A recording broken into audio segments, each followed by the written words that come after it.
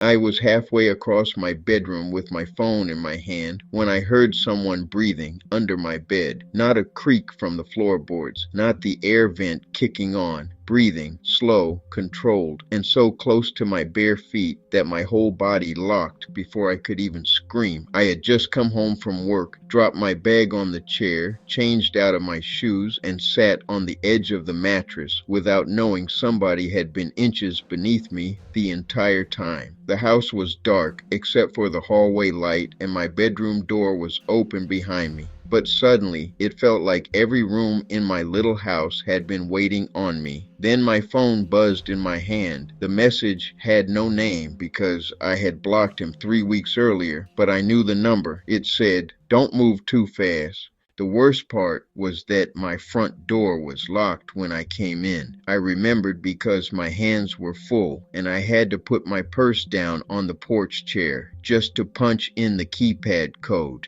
The deadbolt clicked open like normal. The door stuck against the weather stripping like it always did. Nothing looked broken. Nothing felt wrong. That was why my mind couldn't make sense of the sound under my bed. Nobody should have been inside my house, especially not him.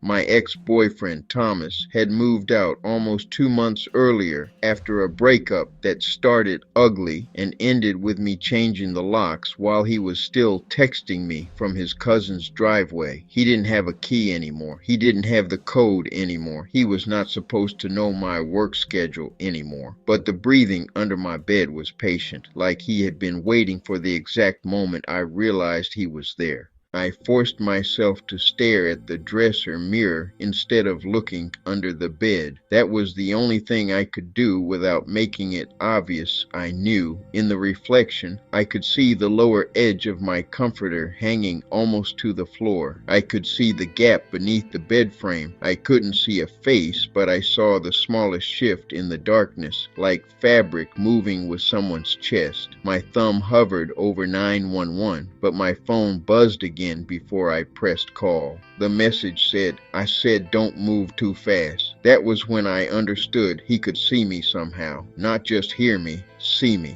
My eyes jumped around the room, and that was when I noticed the black dot on my bookshelf, wedged between two old candles, a tiny camera lens pointed straight at my bed. I didn't run because I knew he was waiting for that. Thomas had always been calm in the scariest way. He never shouted until after he had already blocked the door. He never accused me until after he had gone through my phone. I kept my face blank and pretended to scroll through messages while my thumb finally opened the emergency call screen. My house was small, a narrow one-story place on a busy street where traffic was always passing, but that night it felt sealed off from the world. The living room was 10 steps away, the front door was maybe 15, the back door was through the kitchen. All of them suddenly felt impossible. Then, from under the bed, I heard the floor give a soft knock, one knuckle against wood, not loud, just enough to remind me he was close. I got up and started to walk toward the bathroom. That was when I noticed my desk chair was missing from the corner. It had been there that morning. I used it to reach the smoke detector whenever the battery chirped. My eyes moved to the hallway ceiling and my stomach dropped. The attic panel above the hall was sitting crooked, not open all the way, just shifted like someone had pushed it up and pulled it back down in a hurry. You don't know how many ways there are to get into a place. I stepped into the bathroom and locked the door as quietly as I could. My hand shook so badly I almost dropped the phone into the sink. I pressed 911. The call started, then failed. No bars. That made no sense. I had service in that bathroom all the time. I tried again, and the call hung there on the screen before cutting out. Then I saw the Wi-Fi symbol disappear too. Thomas used to work low voltage jobs, installing cameras. cameras, doorbells, routers, access panels, all those little systems people trust without understanding. He knew exactly where my router sat because he had installed it under the TV stand when we were still together. I turned the bathroom light off and opened the tiny window above the toilet. It was painted halfway shut, and when I pulled it, it made a sound so loud I froze. From the bedroom, I heard the bed frame shift. I climbed onto the toilet and pushed at the window until the old paint cracked. Before I could get it open wide enough, I heard my bedroom door creak. Then footsteps moved into the hallway, slow, barely there. I stopped breathing. A soft voice came from the other side of the bathroom door. "Why are you acting like that?" It was Thomas. Not angry, not surprised, more hurt than anything. And that made it worse. He said my name once, like we were having a normal disagreement, like he had not been hiding under my bed, inside a locked house. I stayed silent. The doorknob moved once, then stopped. He said, "You always make everything bigger than it is." Then he tapped the door with one fingernail. "Open it before somebody gets embarrassed." I remembered Mrs. Alvarez next door kept her porch light on all night and usually sat by her front window watching television. If I could get outside, even barefoot, even screaming, somebody would see me. I shoved the bathroom window again, hard enough that the latch scraped my palm open. It lifted 2 inches, then 4. Thomas heard it. The doorknob jerked. "Don't do that," he said, and now the calm was gone. He hit the door once with his shoulder. The frame shook. I screamed then, loud as I could. Not words at first, just noise. He slammed into the door again. I squeezed my arm through the window and knocked over the shampoo bottles on the sill. That sound, stupid as it was, saved me, because it covered the noise of my thumb finally switching off silent mode and pressing the emergency SOS shortcut. My phone began blasting the alarm tone. Thomas cursed, and for 1 second he moved away from the bathroom door. I heard him run down the hall, not toward the back, but toward the living room. Then I heard the front door open. That almost confused me enough to stop. He was leaving. He was actually leaving. But then I heard another sound that made my legs go weak. The keypad at the front door beeped from inside the house. He was not running out in a panic. He was locking the door behind him from the inside, resetting it like he belonged there. Then he came back down the hall faster. "You called them?" he said. "After everything I did for you, you called them?" The bathroom door cracked at the top hinge. I grabbed the plunger because it was the only thing within reach and braced myself against the tub. The door hit open hard enough to knock the towel rack loose. Thomas stood there in a black hoodie, socks on his feet, my missing desk chair, dust all over one sleeve. His eyes were red, but his face was weirdly flat, like he had rehearsed this. He looked past me at the open window and smiled a little. "You still think outside means safe."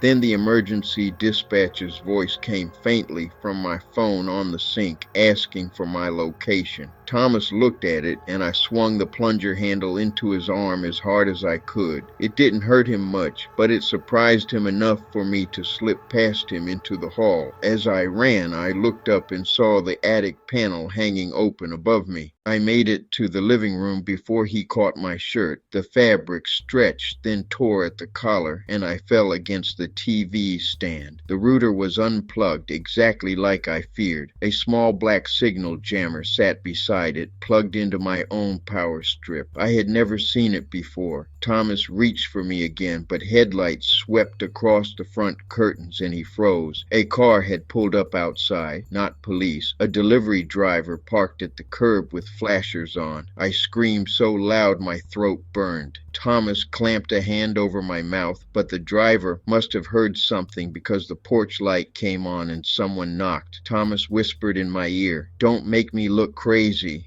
Then the keypad beeped again from the outside. Someone was entering my code. The door opened 2 inches before the chain caught. He went completely still. A man's voice outside said, "Yo, T, you good?"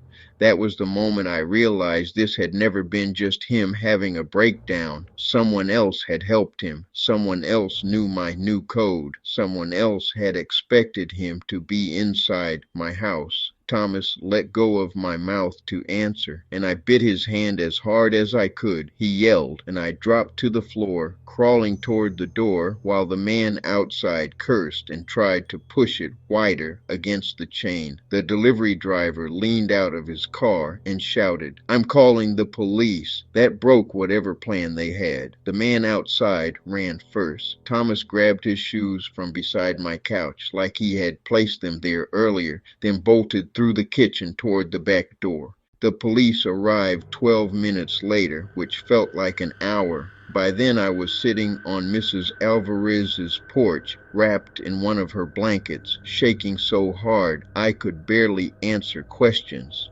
My bathroom door was broken. My attic insulation had footprints pressed through it. The lock company later confirmed my keypad had been accessed with a temporary installer code that should have been deleted when I changed everything. Thomas knew that because he had helped set up the first system when we were together. The tiny camera on my bookshelf had been live streaming to an app under a fake email. The police found snack wrappers, a half-empty water bottle, and one of his hoodies in the attic crawl space. They said he may have been inside before I came home from work, maybe hours, maybe longer. Thomas was arrested 2 days later at his cousin's place, but the other man was never identified. That is the part I still think about. Not just that my ex-boyfriend was already inside my house. Not just that he hid under my bed and watched me walk in. It is that somebody else came to my front door with my code, expecting to be let into a plan I still don't fully understand.